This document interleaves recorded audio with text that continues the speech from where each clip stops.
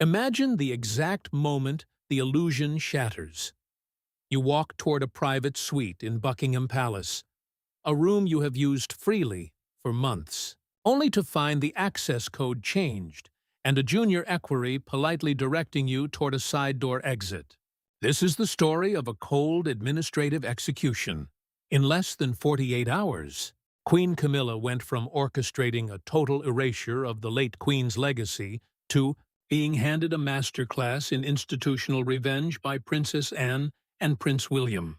What Camilla just realized behind closed doors is that a crown on your head does not mean you hold the keys to the castle.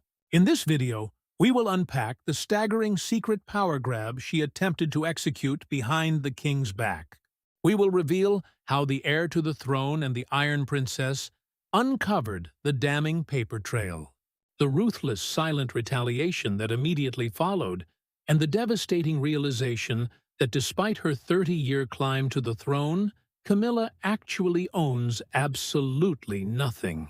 To understand the magnitude of this fall, we must first look at the towering illusion of absolute power she had constructed. For 3 decades, Camilla played the longest, most calculating game in modern royal history. She survived the public fallout of Diana's death and weathered the resentment of the British public with lethal patience. With a billionaire public relations machine working overtime behind her, she slowly rebranded herself from the most controversial woman in Britain to an indispensable royal asset. By the time King Charles's coronation arrived, she felt completely and utterly untouchable. We all watched as she quietly and efficiently dropped the word consort from her title, overriding the explicit written boundaries set by the late Queen Elizabeth. She paraded her non-royal children front and center on the balcony, signaling a new regime to the world. She believed she had Charles completely controlled, assuming his elevation to the throne was simultaneously her ultimate unassailable victory. She operated with the breezy confidence of a woman who thought she had successfully rewritten history, erasing Diana's legacy and replacing Elizabeth's ghost with her own looming presence. But absolute power breeds a very specific kind of blindness. Beneath the surface of the royal smiles and the carefully curated photo opportunities lay a deep, unspoken commercial desperation. Camilla knows the brutal truth of the British monarchy better than anyone. Her position, her wealth, and her security are entirely dependent on the heartbeat of one man. Should King Charles pass, her legal standing evaporates overnight. Driven by this existential ticking clock, she initiated her latest and most fatal secret power grab. What appeared to look like a routine administrative update within the palace was actually a total dismantling of the existing royal structure. Camilla quietly instructed her private office to begin drafting legal frameworks to merge her personal charitable trusts with the sovereign's most guarded financial portfolios. She was attempting to secure a permanent, unbreakable financial foothold within the royal estates.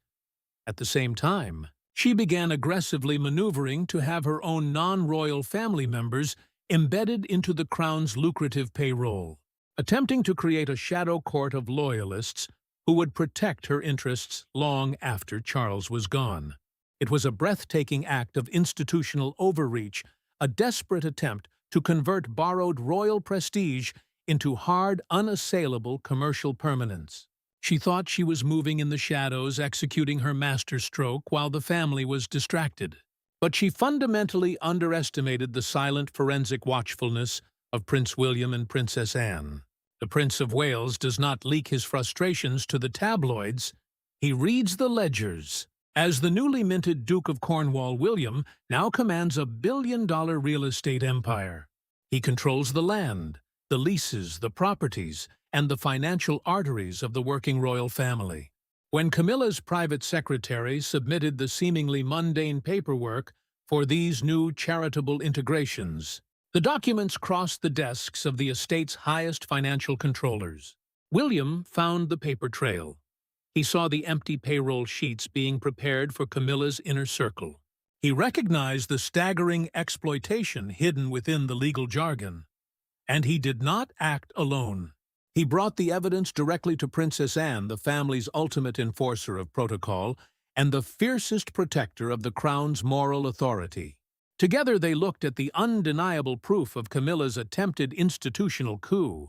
For William, this was not just about protecting the treasury. It was a deeply personal, silent defense of the women who had actually paid the price for the crown. Every move Camilla made to erase the past was a direct assault on the enduring memory of Diana, Princess of Wales. William has carried the silent, heavy grief for his mother his entire life, watching for decades as the woman who fractured his family demanded more and more respect. Furthermore, he watched his wife Catherine endure the relentless pressures of royal duty and severe health crises with uncomplaining sacrifice. Catherine had bled for the institution, securing its future with grace and agonizing personal cost. To watch Camilla, a woman driven by aggressive commercial ambition, attempt to leapfrog Catherine's quiet suffering and hijack the royal apparatus for her own unearned security was the final moral outrage. The line had been crossed. What happened next was not a screaming match in a drawing room. There were no dramatic public confrontations. The retaliation was silent, bloodless, and devastatingly institutional. William and Anne weaponized the very administrative protocol Camilla had tried to exploit. It began on a seemingly normal Tuesday morning. Camilla's top aides arrived at their designated offices in St. James's Palace, only to be informed that their security clearances had been downgraded overnight. They were restricted from accessing the principal staging rooms used for royal financial planning. But the true strike came directly from William, exercising his absolute unquestionable authority over the Duchy of Cornwall. William quietly refused to renew the lease on a sprawling country property that Camilla had long considered her private sanctuary. The eviction was executed not as a personal attack, but as a standard portfolio review. He effectively locked her out of the land he owned, reminding her with one stroke of a pen that she was merely a guest on his estate. Princess Anne then delivered the psychological killing blow. During a highly publicized diplomatic reception at Buckingham Palace, viewers noticed a subtle but massive shift in the choreography. As the senior royals gathered to greet foreign dignitaries, Anne positioned herself meticulously, enforcing a strict adherence to the order of precedence. Through a series of cold, calculated physical blocks and perfectly timed introductions, Anne completely isolated Camilla from the most crucial power brokers in the room.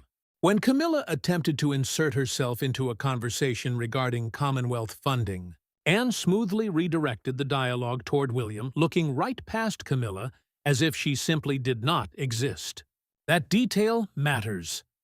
In the highly coded world of royal maneuvering, being rendered invisible by the king's sister in front of global leaders is the ultimate humiliation. It was forensic proof of shifting power. The illusion of Camilla's supremacy was collapsing in real time. The brilliant, ruthless strategy she had relied on for 30 years was suddenly useless against the combined institutional weight of a fiercely protective heir and an unyielding princess royal. The trap had snapped shut. By Friday evening, the reality of her commercial desperation became undeniable.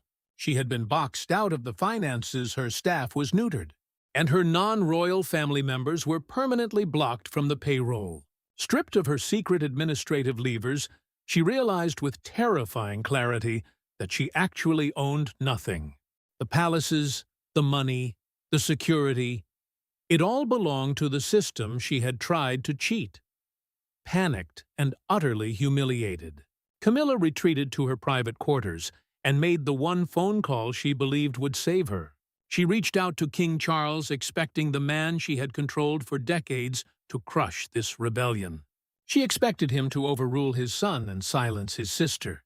But as the line connected, and she laid out the desperate reality of her situation, the response she received was a contradiction that changes the reading of everything. The phone call lasted less than 3 minutes.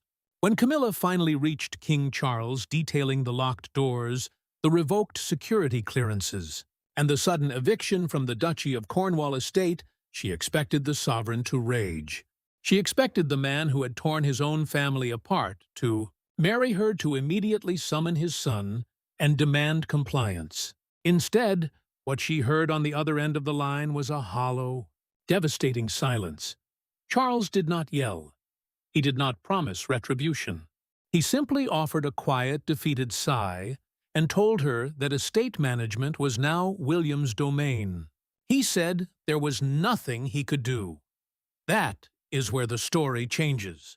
For 30 years, Camilla had operated under the absolute certainty that Charles would burn the world down to protect her. But in that crushing moment of silence, the illusion of her absolute power evaporated. She realized that Charles is a king entirely constrained by the reality of his own mortality and the surging institutional authority of his heir. He could give her a crown, but he could not force his son to finance her dynasty. This is the brutal reality of Camilla's commercial desperation. When we look at the British monarchy, we see palaces, priceless art, and sweeping landscapes, but the underlying truth is a strict corporate hierarchy. The king does not personally own the Duchy of Cornwall. It automatically transfers to the heir apparent. William now controls over 130,000 acres of land prime real estate in London, and the massive agricultural and commercial portfolios that actually fund the working royals. He holds the purse strings, Camilla's personal wealth, independent of what Charles can legally gift her from his highly restricted private funds, is practically non-existent in the context of royal billionaires. She owns no major estates. She controls no institutional levers. If Charles passes away, she immediately becomes a dowager queen, a ceremonial widow with no constitutional power, no automatic right to a royal residence, and no guaranteed income from the duchy. She had attempted her secret power grab precisely because she was terrified of this exact scenario. She tried to embed her family and her charities into the permanent financial architecture of the crown before time ran out. But William closed the vault, and Charles refused to force it back open.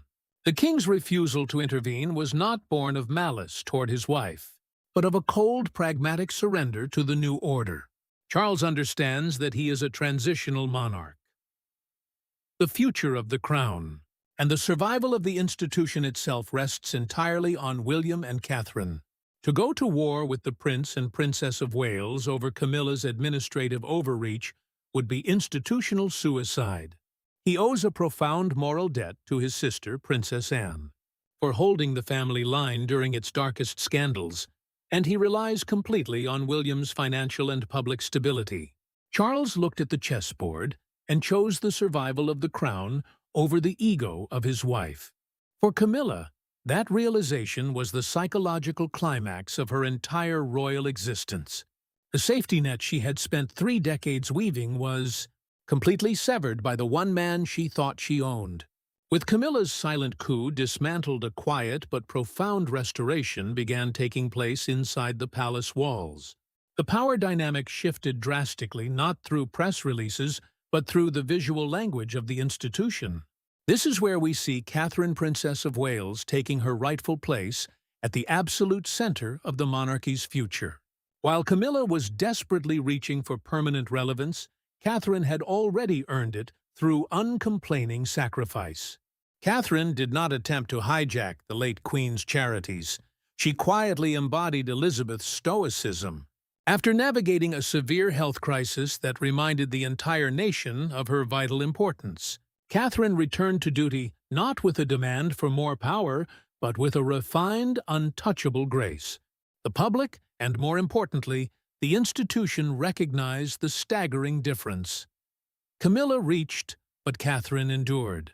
You can see this new order reflected in the subtle, devastating administrative shifts that followed.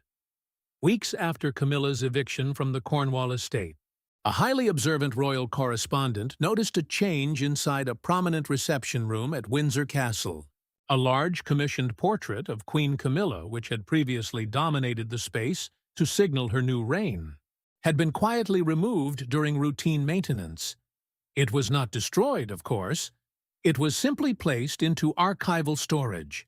In its place, brought out from the royal collection, was a breathtaking historic portrait of the late Queen Elizabeth II, wearing a diamond necklace that now frequently adorns Catherine's neck. That detail matters. It was a bloodless, undeniable visual humiliation for Camilla, communicating a clear message to every diplomat, staff member, and royal who walked through those doors. The erasure of Elizabeth's legacy had been stopped. The natural order had been restored. What William and Anne achieved was a masterclass in weaponized restraint. They did not leak scandalous stories to the press. They did not publicly embarrass the king. They used the very system Camilla tried to exploit, to silently strip her of any real authority beyond her ceremonial title. They reminded her that a crown is just a piece of metal if the people who actually run the institution refuse to bow to it. Camilla may sit on the throne today, wearing the jewels and waving from the balcony, but she is presiding over an empty empire. The land she walks on belongs to William. The legacy she tried to claim belongs to Elizabeth. And the moral authority she could never quite capture is already securely held by Catherine. The illusion is over. The long game has been played, and the Iron Princess, alongside a fiercely protective Prince of Wales, has drawn a permanent line in the sand. When the inevitable transition of power eventually comes, the blueprint has already been written. The doors are locked. The ledgers are closed. And Camilla's ultimate reckoning has already been executed in the absolute silence of the palace corridors. If you found this deep dive into the hidden power dynamics of the royal family insightful, make sure to subscribe and leave a like on this video. Let us know in the comments how you think the institution will look when William finally takes the throne. Thank you for watching, and we will see you in the next breakdown.